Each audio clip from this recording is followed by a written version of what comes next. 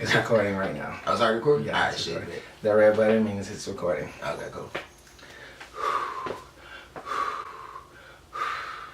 It's already recorded. Why are we doing this? Because I have to like prepare. What is up, people of YouTube? I am DD, it's me, and I am back with another video. I have a special guest with me. This is Paul Davis, PD. He is, fuck it, who are you? Alright, what's up? I'm Paul Davis, DeMar PD, either or. I am a 4-year Navy veteran. Navy! Basically, I just decided to cross over, you know, kind of happens. Every now and again, you know, Navy, Marine Corps, I mean, we talk shit about Air Force, but at the end of the day, you know, we secretly envy them. So I was like, fuck it, I decided to cross over. Because Air Force is the shit! I got a few questions in my comments and Snapchat and all that, requesting that. I know I recorded a video a while ago, a vlog a while ago, and you guys asked it. What the fuck? Asked it? No. Asked it? Asked. You guys asked for me to ask this guy and the other cadet that was in my previous video. He's an Army cadet. So this is going to be a two-part video. This is the first part, and the second part is going to be with the Army guy. We were going to do both videos at the same time, but he has to go to lead. The Army guy has to go to lead. We went to lead at the same time. Matt's to November flight. Oscar flight. We ended up in the same squadron and we're in the same deck. But anyway, without further ado, let's get into this video. What is it like going from Navy to Air Force? And was it like a hard transition, or like, what was the transition like? I don't necessarily think it was a hard transition.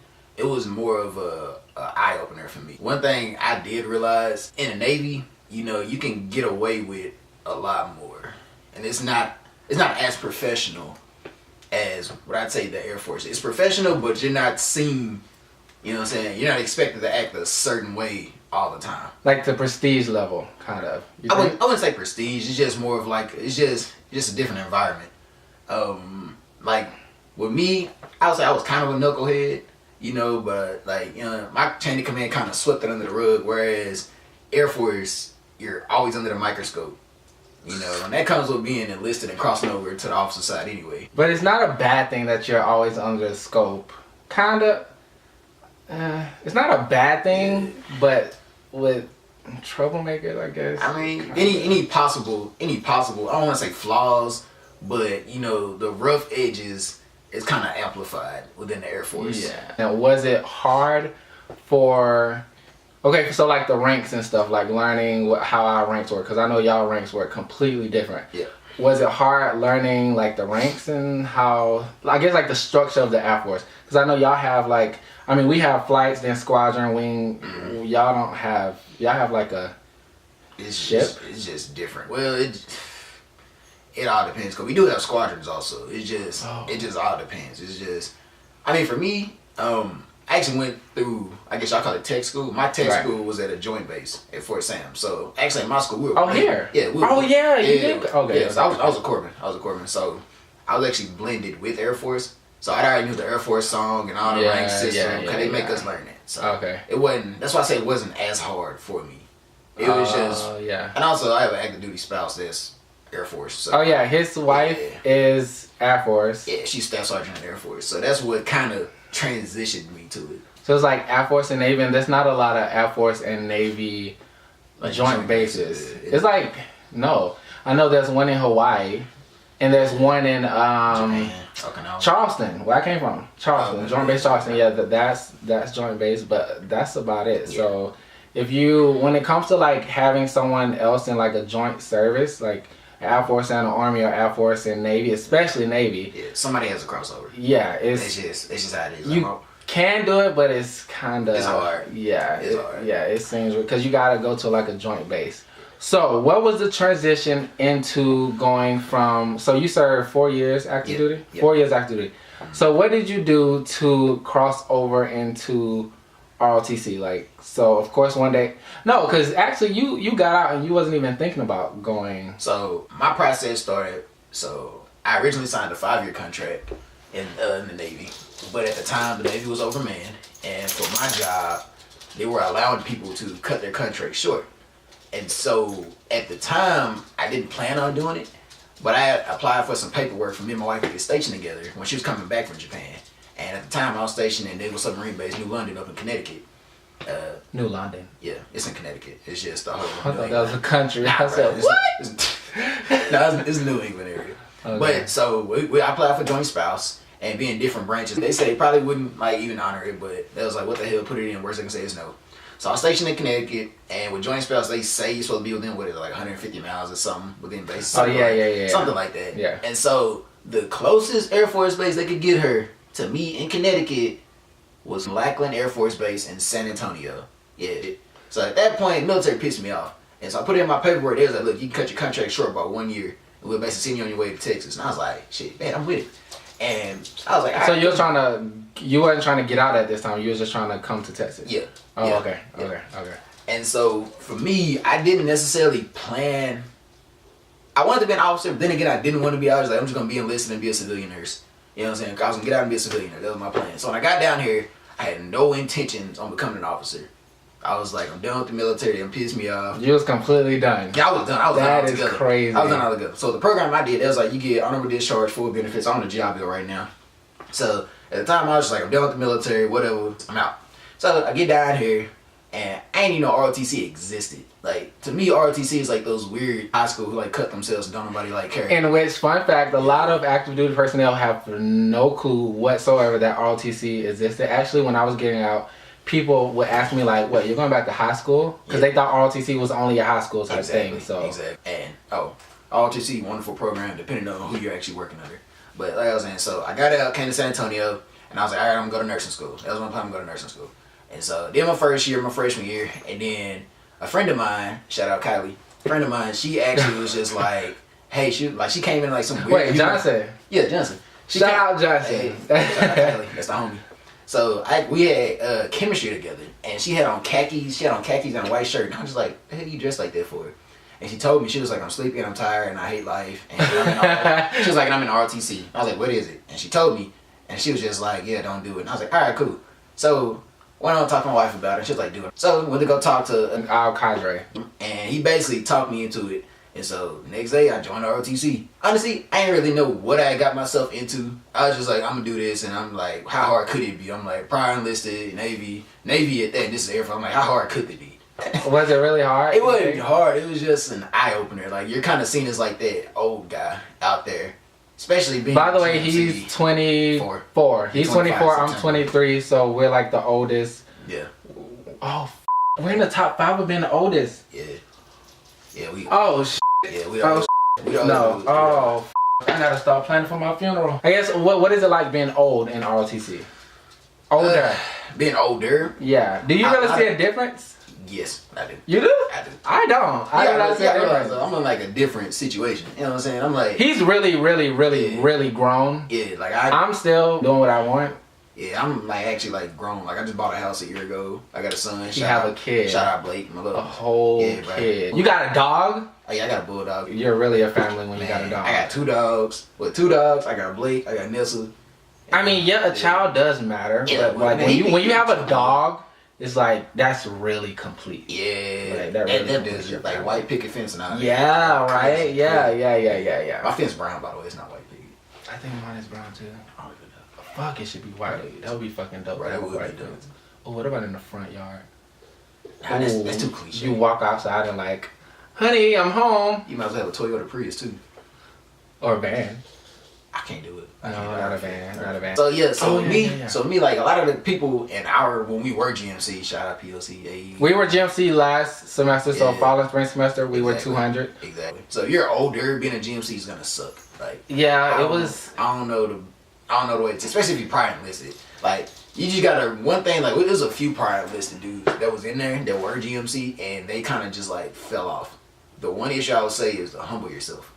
For sure. Nobody cares what you did previously. Nobody. When you come into ROTC. Nobody. Humble yourself. People really don't even treat me different that I'm like now that they know like I'm a prior. Like even in Elite when I told people I was a prior, like nobody really treated me different. They kind of left me alone though when I came in there. Really? Yeah. I kind of had like chronic bitch face though. Yeah. You yeah. stank face. Yeah. For me, it was like soon as they found out I'm a prior E, it's not really like It's not a big deal. he's a prior E. Like it's nothing like that. They just kind of like. Well, I mean, of course. I got a lot of questions. Yeah, they My actually. eye actually has been in the military. Yeah, they ask ask those questions. Yeah, they would ask questions, but for me, it was more so like they would know, and then after that, it's like, okay. I mean, of course, I think the level of respect was different. Like they actually, my voice was that when I talked, it was like, let's like listen to what he has to say. It was so that was probably the only. Yeah, we're POC now. Thank you, Jesus. Just keep your eye on the prize. Yeah. Don't. One thing about a lot of enlisted people, they catch attitudes with these little 19, 20-year-olds who technically they are over you and they're telling you what to do. You instantly catch. Don't do it. Yeah. Don't do it to yourself. Like we're older than our wing commander, our deputy wing. Everybody actually on wing staff, we're older than them. We have more 3 years. Yeah, we have more experience than all of them, but they still they're still in charge. So we are going to follow suit with whatever they have to say, because well, that's just how the military works. Lee's not hard, by the way. I don't know if you mentioned it. It's not hard. It's not hard. It's just a lot of games. It wasn't hard. It's not hard at all. It's just a lot of games. First couple days suck. First couple days suck. I ain't gonna lie. First couple days suck. But after you get like how things is, you But you liked AF. I like AF. And I hated AF. And I loved in Garrison, but he hated it. No, you got to tell them what happened. What were you ranked in Garrison? Man, I did. I was bottom third. God. Then when I got the AF, yeah, he was like the number one. In our entire squadron, he was probably like the number one person. I took off. That's because in Garrison, it was 2 by the books. And like I said, that's what I said, being Navy and Air Force, Navy's not really by the books. Yeah, I think it was by the books. And that was my issue. Like, I ain't gonna say I rebelled, but I kind of fought against it. And then when I got the AEF, and AEF is not by the books at all. No. It's strictly on natural leadership. Yeah, it is. Not about a book. It's strictly natural leadership. So what is the difference between Navy basic and lead? Navy basic training, one thing I will say, you're seen to come in the Navy basic training. I can't speak for Air Force, I didn't go through BMT. Navy boot camp, you're seen as not knowing anything. You know, so it's kind of like y'all all start off at square one, kind of like AEF. That's why I did so good. And I actually did really well in Navy basic training. And it's kind of like you're taught to follow orders. Be a leader to a little extent, but you're basically taught to follow orders. Whereas with lead, you're expected to know everything as soon as you get there. You're expected to be a leader, to perform. I mean, Navy basic training, we kind of did like a bunch of, I went in 2011. So I remember there was times where like, hell, we was fighting each other whenever our RDCs left. RDC's recruit division command. We was literally like fighting each other in the middle of the night. I think I was that guy. I was that guy that I went around cursing everybody out. If you're going to basic, don't do that now. Don't do it now. Just go through like regular. Don't do that now. Don't be like us. And don't go in cursing nobody out. Yeah, but then lead kind of lean on each other. Boot camp, you can get away with hiding. Boot camp, you can kind of hide under the radar. Yeah. Lead, ain't no hiding under the radar. Yeah. Ain't no such thing. Yeah, and boot camp, you can get away with cursing people out. Lead, no, because you need your team. You need every single person. You're only as strong as your weakest link. Trust me when I say that. Yeah. Trust. How long was your, y'all call it A school, right? Yeah, A school. How long was your A school? Man, it was 13 and a half weeks. But then I went to the additional school after that. I went A school 13 and a half weeks, and then I went to FMTV West, shout out Camp Pendleton, to go play in the fake desert out of Camp Pendleton to be a field medic. So did that for 2 months, and that's when I got issued like the Marine Corps uniform and all this. So ask any corpsman, he'll tell you about FMTV. That was probably the best training by far I've ever had in the military. That's when I got taught how to be a combat medic. Oh, by the way, he's going to be a nurse. He wants to commission as a nurse, and he just got into nursing school last April, March? I got accepted in March, so I actually start nursing school next month on the 21st. Yeah, so he starts nursing school next month. Are you ready for that? Nursing school and a kid? The kid gonna be cool. And a dog. The dog. Chuck kind of on his own program. If you got a bulldog, you know, they're like teenagers. And Nessa kind of knows, you know what I'm saying, what to expect. She knows like a lot of, you know what I'm saying, a lot of stuff that comes with our son is gonna fall on her. So if you're like, you're probably listening, you got like a whole family thinking about going into ROTC, not even necessarily nursing. ROTC requires a lot of time. It's gonna be, you know, you have to communicate with your significant other. Let her know, you know, hey, there's gonna be some long nights. And it's gonna be some stuff I can't really explain to you because I don't know how they explain it. And she just has to be understanding. And thank God I actually got with a wife that's completely understanding. So that's like the best advice kind of for like a person in ROTC or an active duty member trying to go to ROTC is if they have a family, make sure you kind of like communicate. Tell them. There's gonna be some things. There's gonna be some things. You know, they're not gonna really understand. And I tell you, like my first year transitioning from active duty to straight college student, me and my wife bumped heads a lot. We bumped heads a lot because she was used to me being, you know, active duty sailor. Yeah. You know, I work these hours and I come home and she's like, she wasn't used to me being a college student. She see, you know, I'm not in class, but I still got to study team hours afterwards. You know, so communication, not a hard transition. Like just some of everything is not a hard transition. You set your mind to it, you can do it. Yeah. Just remember, like I said, remember to humble yourself. Don't go to that guy, like the angry guy. Okay, like, oh, I'm proudless, nobody can tell me, don't be that guy. Yeah. Do not be that guy. It will be really hard for you. But it was as for the transition, like once you got to Air Force ROTC, was it like hard adjusting to our rules? Now, one thing I do want to harp on. If you get out and you get a disability percentage, be careful. Because not everything will allow you to come back into the military.